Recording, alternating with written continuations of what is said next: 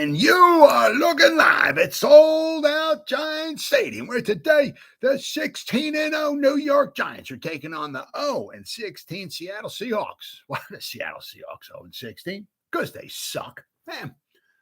Welcome to the Gridiron. Anybody at all going to spend a little bit of time with me here this evening? I greatly appreciate it. Thank you so much. Or anybody at all going to watch any of the replay of this, once again, from the bottom of my heart, thank you so much. I greatly appreciate it. Going to try to go about 30 minutes here, as I usually do every night, shoot my mouth off. Anybody got anything to say? Just fire away in the chat box. What I do is I check on the chat box every so often. So if anybody has any comments or concerns or whatever, just throw it in the chat box. And I usually try to respond to, every comment. Sometimes there aren't any comments at all for me to respond to, but sometimes somebody has some comments in there and we have a nice little conversation going on, right? So anybody feel free to fire away. I will certainly check on your comments. Before I get started, anybody, if you want to help support my channel, I would greatly appreciate it. In the link in the description box is you can join my channel. It's the very top link. I got 3 different membership levels. The first one's called the Saquon. The second one is called the Lawrence Taylor, and then the third one, which really will help support my channel greatly, is called the Gridiron. 3 different levels. You got 3 different little perks they got and everything. You got loyalty badges with each one. The badges are helmets. They're giant helmets from, each different type of helmets that they got. The longer you've been with me, the older the helmet gets, right? If you ever get to the leather helmet for the Giants, that means you've been with me for like 4 years. There's different emojis. I got 4 emojis. I got another one coming on its way. They're different emojis. I got a giant, like a giant player, but it's pretty cool. But each one's got different perks to it and all and everything. So if you want to help support my channel, I would greatly appreciate it. And if you're not subscribed to the channel, please click on the subscribe button and click the bell icon. Next time I go live or put out a video, you'll be notified. And also, then I got in the description box below too. There's I got a Facebook group. Okay, oddly enough, it's called the Gridiron. All right.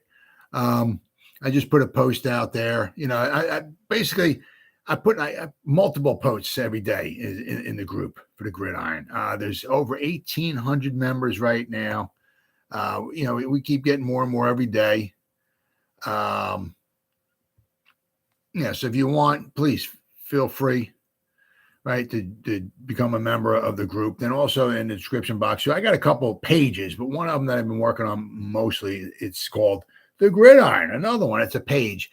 And with that one, I put up same thing every day. There's multiple things going on there every day. Multiple posts. I got 257 likes. There's 302 people following it.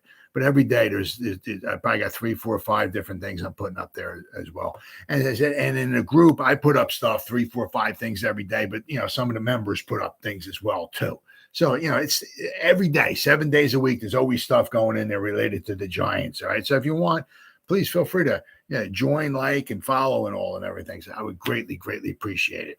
All right. What do we got? What more important to trade for a tight end or a wide receiver? Yeah, was it Gesicki? I think from the Dolphins. I keep hearing, I can't say trade. Somebody, what the heck was it? From CBS Sports or somebody, I read an article, said the Giants should trade for, Mark Gesicki, from the Dolphins. He's a good receiver, not a good blocker. Okay, so I don't know if he would fit in with the Giants too much because the way the Giants right now kind of running the ball, blocking's at a premium. So I don't know, but I seen like somebody wrote an article on maybe trading for him. But then, of course, then you got the Jerry Jeudy. I mean, of course, the DJ Moore from Carolina. That was like about a week or so ago. The rumors running rampant. The Giants may be going after him. But then let's not forget about Jerry Jeudy too, because he's not happy in Denver, right? He was actually in Alabama when Daboll was in Alabama. Okay, but Jerry Jeudy, it was his freshman season, and he didn't get used a lot his freshman season. He didn't start breaking out till his sophomore season after Daboll had left. But Daboll's familiar with Jerry Jeudy, so maybe he can be had. I don't know.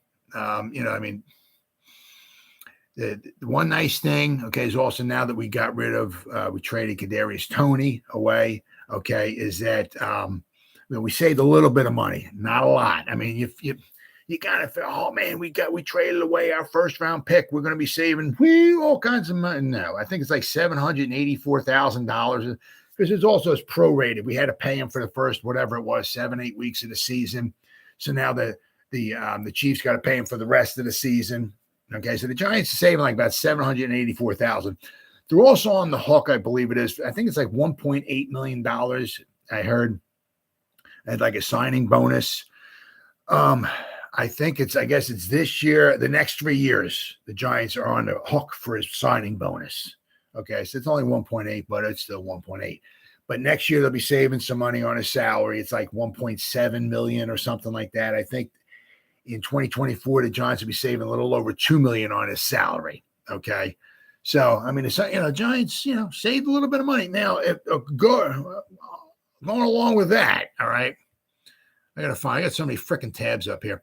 All right, the Giants salary cap right now. Now, if you go to you go to over the cap, they'll have it one thing. I always go to Spot Check because I'm a freaking moron, but I can actually read the stuff here, and it's kind of dumbed down for somebody like me. Okay, so right now I just did this the other night. Okay, before they traded Kadarius Toney, according to Spot Track, that's all I'm going by. They could be way off. Okay, if they are, I do apologize.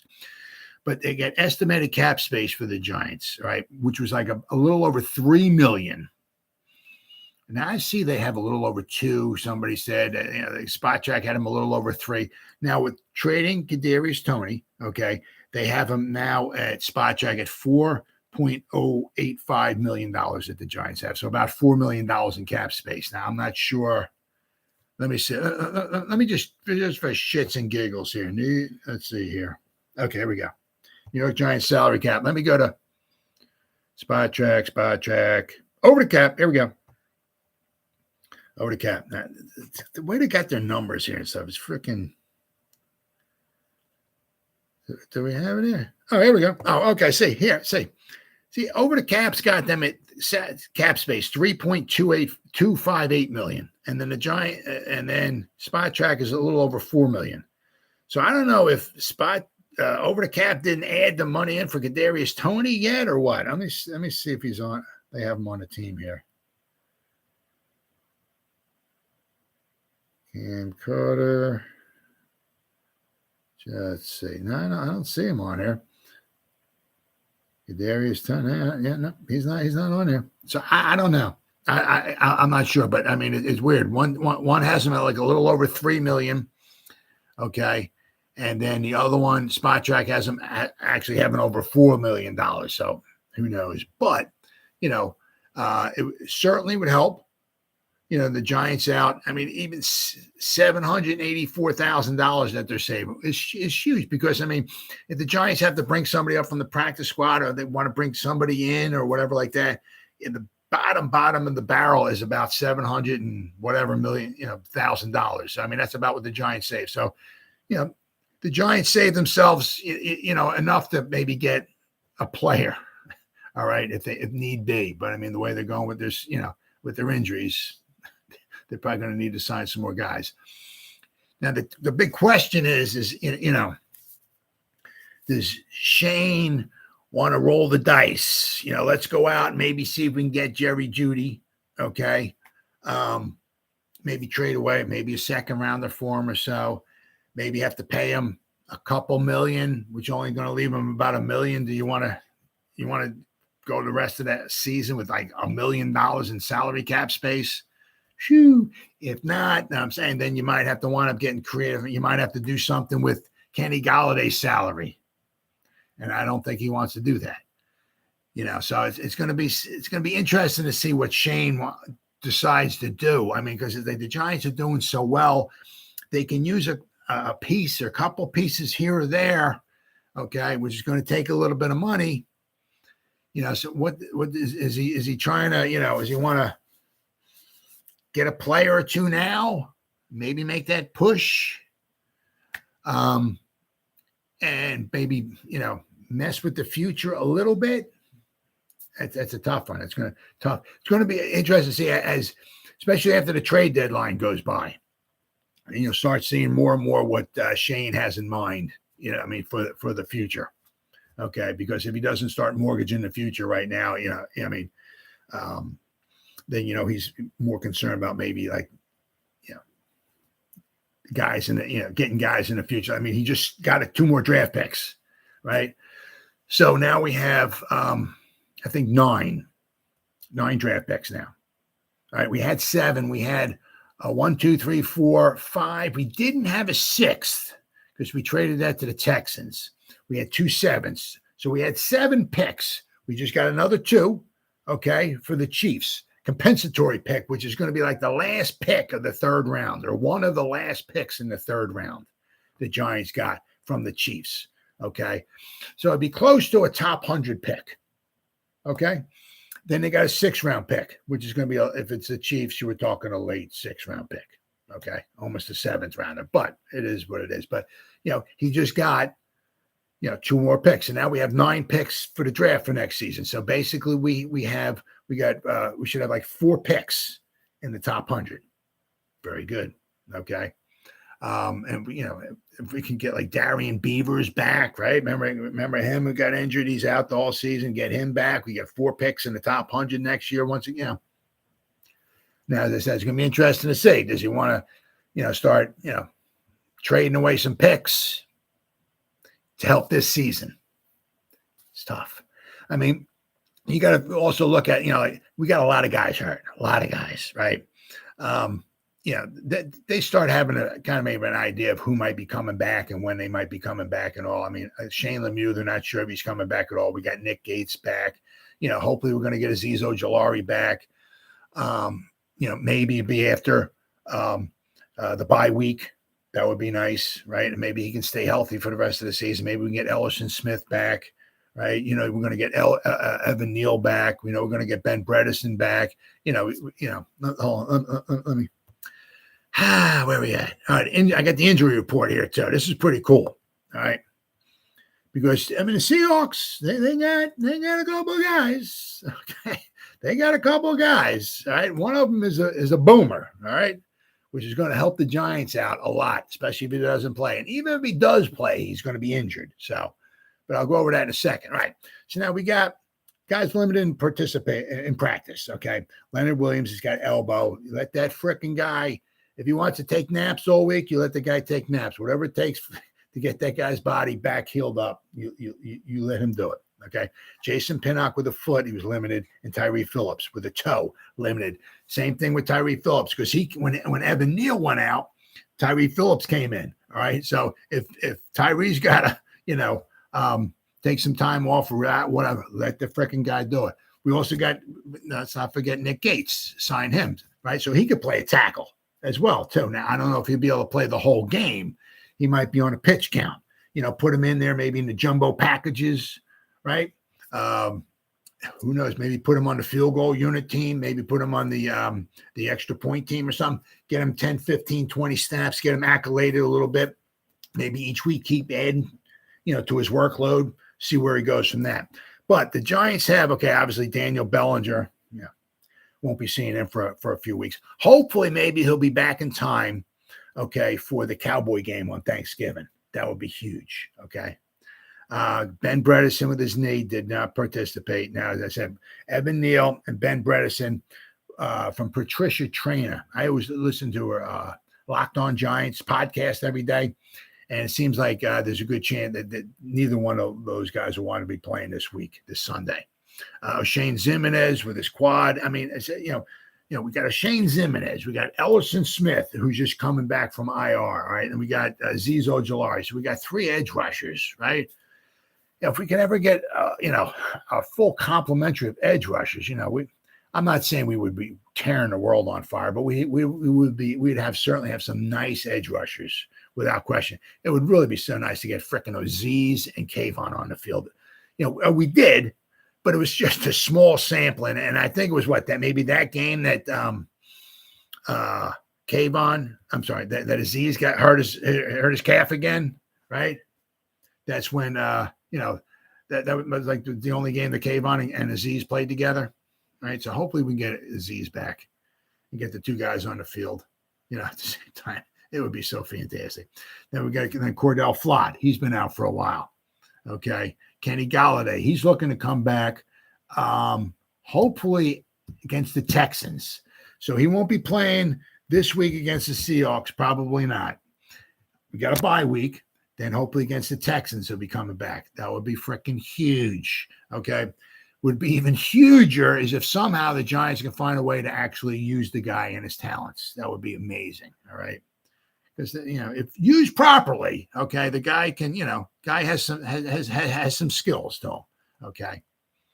But if we go to the Seahawks, guys who did not participate, DK Metcalf, right, his knee.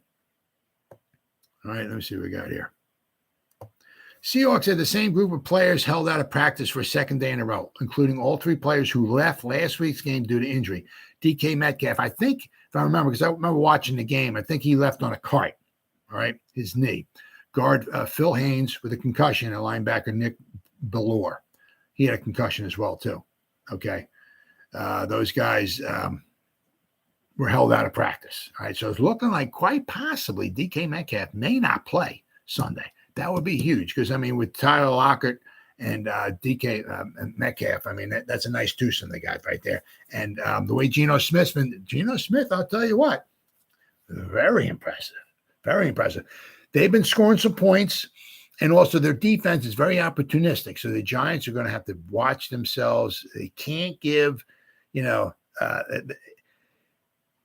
turnovers would be, they can't do that. I know it's easy to say, of course, but no interceptions, right? If the Seahawks are going to win, you make those guys march down the field, kick a field goal, march down the field, all the way down the field, score a touchdown. If they do that, you tip the cap to them. Good job, good drive. Way to go, guys. You know what I mean? But you can't give them short fields, can't have pick sixes, can't get the strip sack, ball fumble, defensive player picks it up, runs back. Can't do that. Very opportunistic, okay, and they're putting up some points too. So, and Russell Wilson left, and they have a winning record. So, go figure, right? They got 5 players: Tyler Lockett, Gabe Jackson, Artie Burns, Quentin Jefferson, and Sidney Jones IV. All went from limited a day earlier to full participation on Thursday. Only Ryan Neal, he had an ankle, was limited for a second day in a row. Okay, so the Seahawks did not participate in practice. Penny Hart, wide receiver with a hamstring. DK Metcalf with his knee. Phil Haynes, a guard with concussion. Nick Bellore, linebacker with concussion. Poona Ford, defensive tackle with an ankle. Outside linebacker Darrell Taylor, a groin. And Al Woods, okay, nose tackle. He had a knee. And the rest, also resting him, says too. All right, so they got some guys who were not participating as well. Okay, so, but the big one is DK Metcalf. If he's not playing, that would be a huge plus for the Giants. They're good at running the ball. Okay, so which is something the Giants have a hard time stopping. Right, so the Giants, that won't be easy for the Giants. The Giants get it done. It's once again will not be easy. Okay. But the news, I guess, as everybody's heard, all right, Kadarius Toney. Giants delivered some surprising news on Thursday with the trade of Kadarius Toney to the Chiefs. Obviously, I said, giving them now 9 picks. Okay. Now we're going to lose it. We lost a couple players like Lorenzo Carter. There was a couple guys we might want to, we might get a pick back in return for those guys. It might be like a 5th or a 6th or something like that. So the Giants could quite possibly come up with like maybe an additional, maybe 11 picks altogether if they don't trade any of them away. They got 9 right now. They might get an additional 2. So, once again, in the next year's draft, they might get another, 11 picks. So Shane and Dable are going to be able to start bringing in their own ball players, all right? Maybe getting rid of some of the guys that don't feel all right for the team, like Kadarius Toney, and start bringing in their own guys, okay? Giants fans had sky-high hopes for Toney under Brian Dable and Mike Gaffney, but things never got off the ground, and fans are understandably surprised and disappointed in the development. It's downright strange for a team to trade a first-round pick in his sophomore year, halfway through the sophomore year. Yep. But then nothing about Toney's tenure with the Giants was normal. There's quite a bit to sort through with this trade, but from the decision to move on from Toney to the compensation to what it means about the pick to begin with. The trade. The Giants traded Toney to the Chiefs. The Chiefs' compensatory third-round pick and a sixth-round pick. We don't know yet when the third-round pick will land, and it won't land until the NFL hands out all the compensatory picks. But what I do know, what I'm hearing, it's going to be like one of the last picks in the third round. It won't be like the Chiefs' third-round pick. Say the Chiefs are picking the 25th, and it won't be that. It's going to be like one of the last picks in the third round. So it's going to be like right around, I'm guessing, 100, right around there. Somewhere, you know what I mean? So as of right now, the Giants should have like just about 4 picks, very close to in the top 100. So you can't complain about that. All right. Let's see. On the face of it, that would seem like a steal for the Chiefs. Not necessarily. Your best ability is your availability. I mean, if you can't stay on the field, which I'm going to go over in a little bit, okay? But after all, Toney was drafted 20th overall less than 2 years ago. However, the circumstances surrounding the trade swing the value in favor of Joe Schoen and the Giants. Toney has played just 12 of 24 possible games since the start of the rookie season, and that doesn't count the considerable time he spent injured in the offseason. And even in the games he has played, he hasn't produced much. Now, it's just like, where are we at? Is this it? Nope. I got so many freaking tabs open here. I do apologize, guys. Now, like last year, okay, they said he played in 10 games, okay? All right, 1, 2, 3, 4, 5, 6, 7. Yes, okay, they're absolutely right. However, the first game of the season against the Broncos, he played 5 snaps. That's participating in a game. 5 snaps. All right, so if you want to count that, playing in a game, all right, but he really didn't play in the game. 5 snaps, right? Week 6 against the Rams, he got injured and he had to come out. He played in 6 snaps. He played like the first drive of the game. I believe he caught 3 passes. They couldn't cover him, right? 3 passes. He was injured. He had to come out of the game. So, 2 of the games last year that he actually played in, he played in a grand total of 11 snaps in those 2 games. Last year, the whole year, he played in 302 snaps, right? The second game of the season against the Washington football team at the time, he played 19 snaps. This year he's playing a grand total of 35 snaps. What is it, 28 and 7? I think it is 28 and 7. Yeah. Tennessee played 7 snaps. Second week of the season against Carolina is final action of this ever for the New York Giants, the second week of the season. So he's missed the 3rd, the 4th, the 5th, the 6th, the 7th. He would have missed this week, which would have been 6. He would have missed 6 games. He played 28 snaps against Carolina, and this would have been the 6th week in a row he'd be out for the Giants.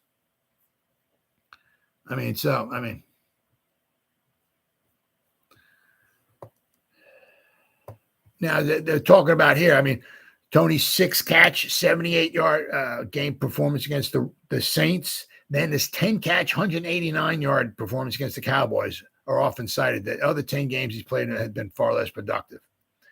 In Toney's other 10 games as a Giant, he manages 25 catches for 153 yards or 2.5 catches for 15.3 yards per game. It's like, how can we not get the ball in this guy, find a way to get the ball in this guy's hands more often? Or, if you look at him, I always laugh. It's just comical. Like the Cowboys, like they're talking about like how great their defense was and all this stuff and everything like that. And it was Diggs. I think it is number 7, their cornerback. The guy had like 350 interceptions last year. He led the league. It was just freaking crazy. There was a video the Giants were playing in Dallas, that Diggs had him, were covering him, and they showed him, and like Kadarius like put a move on him, and then Kadarius went one way, and he put a move, and Diggs went the other way, and you could see Kadarius Toney right going out, to like an out pattern, I guess it was, and where did the defender go? I mean, he just totally lost him, totally lost. Nobody could cover him, and then of course he got in a fight, and then he got kicked out of the game, and but it was amazing. I mean, it's just a shame. I mean, because you see the talent there, okay. It's just that you just get very frustrated because he's never on the field. He's never healthy. He's always hurt. And after this, with his hamstrings, I'm sure he'd be hurt again too. I mean, hurt players get hurt, plain and simple. Some guys like Dexter Lawrence, right, plays almost every 90% of the snaps on defense, takes on double teams, every this, that, and the other thing, right, rushing into making tackles, diving after quarterbacks who running out of bounds, this, that. He ain't never on the injury report, right? I mean, it was Leo the Lion. He missed his first couple of games in his 8-year career, ever. Took 7.5 years for him to miss a game. I mean, we can't even get 7 snaps out of Kadarius Toney without him pulling a hamstring.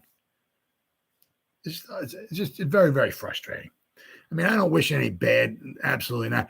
I mean, actually, he's one of the seems like when you see like a video or something like that, and he's like talking, he seems like, happy, kind of go lucky, friendly kind of guy and all. I mean, I don't mean any, and it's a shame. I don't want nobody getting hurt. It's just so freaking frustrating because the talent is there, what he can do, and he just can't get. You just gotta move on. Gotta move on. You can't. If you're never going to be healthy, right? As they getting a 3rd round pick for a player who has either been injured or averaged less than 3 catches for 20 yards in 22 of his 24 career games, with fewer touchdown receptions than your left tackle, because Andrew Thomas has more touchdowns in the past 2 seasons than Kenny Golladay and Kadarius Toney combined, right? Of course, Toney's career could turn around and he could become the player we all hoped he might be after the Dallas game. And Andy Reid certainly knows how to use. Oh, yeah. I mean, they got, oh, my God, Juju Smith-Schuster, Patrick Mahomes, Travis Kelce. Now they got Kadarius Toney. I mean, oh, yeah.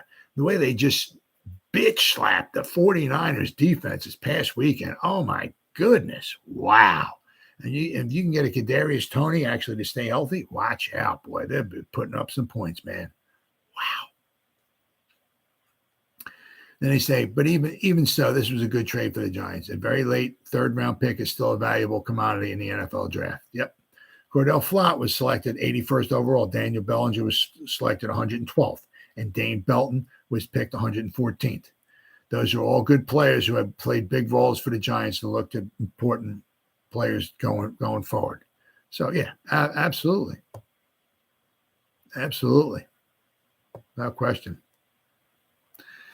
Now, of course, the one thing is the Giants making the trade, and this is one of those things you always got to think about. The Giants making a trade with the Bears in the draft, right? Going from 11 back to 20, the Giants could have had Micah Parsons. And they got this right here.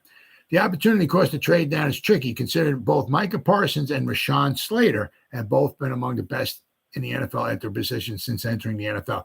Complicated further by the fact that while the Giants wouldn't have been able to draft both Kayvon Thibodeau and Evan Neal without the trade, they could have had Parsons and Neal or Thibodeau and Slater. So, yeah, yeah. I mean, I'll take Micah Parsons and Evan Neal anytime. I mean, Micah Parsons, man, that guy's a freak. I mean, that dude makes an impact. Let's see. And then they also have, however, securing more picks for the Giants is solid. Okay. That said, the evaluation decision to draft Toney in particular was obviously flawed. It ignored his long-standing health issues as well as his inexperience at wide receiver. And not only so much that, I mean, he's also seemed to have some like behavioral problems. I mean, I know last year he tweeted out, I think he called the press or something like that. I think he called them a bunch of clowns. Like on social media, he goes there and makes these tweets. What the heck was it? I got it right here. Okay, yeah. So this is the one after he got traded. All right. That joke would have been funny if I was actually hurt still. Lots of laughs. Irrelevant people don't get updates, Toney wrote in a tweet that has since been taken down. You know what I mean? Like just, I don't know, just kind of childish kind of stuff like that. It said Toney was quick to respond to the news that he'd been dealt, but he also sent out a cryptic tweet that appeared to hint that he is healthy and not dealing with a hamstring injury after all. So you don't know exactly. I mean, were the Giants, trying to trade him before the trade deadline because they just want to get rid of him? And it's like, oh, you're healthy? Yeah, okay, well, I'll tell you what, you just stay healthy. We're going to be a healthy scratch and we're going to trade you, okay? Because, if he was really that banged up, maybe they wouldn't have been able to trade him. I mean, would the Chiefs have traded away a 3rd-round pick and a 6th-round pick for a guy who might miss the next 4, 5, 6 weeks with a hamstring? I don't know, right? So that's very, very interesting. Has he been injured? Because he was dealing with the hamstring injury and he was coming back from that, and then boom, then he tweaked his other hamstring. I mean, he's missed. This would be the 6th game. He was going to miss this weekend too, probably. So was he healthy or wasn't he healthy? Now he seems to think here, Kadarius Toney seems to think, if I was still hurt, according to him, maybe he wasn't hurt. Maybe he was fine. So maybe the Giants kept him safe until the trade deadline. And once the trade deadline and nobody traded for him, maybe he'd be playing again. Who knows? We'll have to wait and see. But that brings me to my next point. Okay, it's like, it's just like last year. Okay, I mean the amount of times he's been on the practice, the injury report. Where are we at? Last year, okay, against the Rams, he was questionable. The next week against Carolina, he was out. The next week against the Kansas City Chiefs, he was questionable. Then against the Raiders, he played Tampa 2 weeks late against Tampa Bay because we had our bye week. Then we came back, we played Tampa Bay. He played. Then he was doubtful against Philadelphia. He was out versus Miami. He was out versus the Chargers. He played against the Cowboys. Then the last three weeks, he was questionable against the Eagles. He was out against the Bears, and then he was out against the Washington football team. I mean, and then of course, this year, right? So far this year, Kadarius Toney, the first week of the season was the only, he didn't play at all. And in the preseason, I don't think he took a snap in the preseason games, meaning. So finally, they just kind of like bubble wrapped him. And it's like, yo, just don't move. Don't do it. Just sit down. And hopefully by September 11th, hopefully you'll be okay. And we can put you in, okay, against Tennessee. And they put him in. He played 7 snaps, okay. Had him in for 7 snaps. Didn't practice at all or participate in preseason games or in the preseason. 7 snaps against Tennessee. The next week, he was questionable. 7 snaps. Questionable with the hamstring. Out there for 7 freaking snaps. Now he's questionable. Then he played the 28 against Carolina, and he's been, the following week, he was doubtful against Dallas, and he was out. And now he's been out the past 4 weeks. This week here against the Seahawks will be week number 5, all with hamstrings. Out. But the first game of the season, right? He didn't hardly do much of anything. I mean, he participated a little bit, but I don't think he played in the preseason at all, right? And he played 7 snaps the first game. Couldn't even stay healthy after 7 snaps. Simply amazing. And it's just like, I said, possibly some of it could also be, some of his maturity, but I mean, it's they see what happened to them last year. It's kind of the same thing going on this year. So I mean, it's like they want to build their own team, and you can have the greatest talent in the world. You can be Patrick Mahomes, the quarterback. But guess what? If you only play in 2 games out of 17, guess what? Nobody's going to want you. It doesn't matter how good you are. It doesn't matter. I mean, if Saquon Barkley, right, played 1 game a year, nobody's going to want him. I mean, it is what it is. He could be, Tom Brady in his prime. If he only plays 1 game a year, who the hell is going to want him?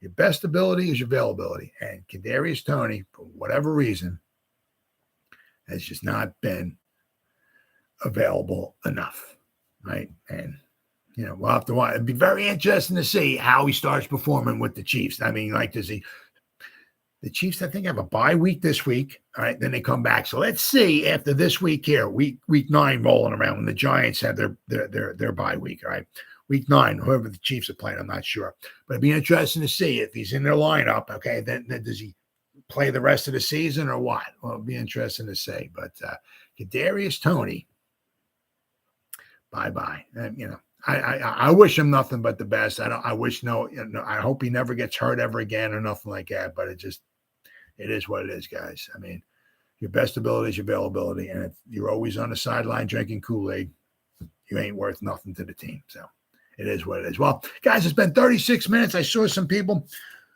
Richard Stiller, for your comment. Thank you so much, man. You guys freaking rock. Somebody gave me a thumbs up. Thank you so much. I actually saw one time, I actually had 5 people on here at the same time watching me. Thank you so much. You guys freaking rock. Thank you. Or anybody spends any time at all watching the replay of this, any part of it. Thank you. Thank you from the bottom of my heart so much.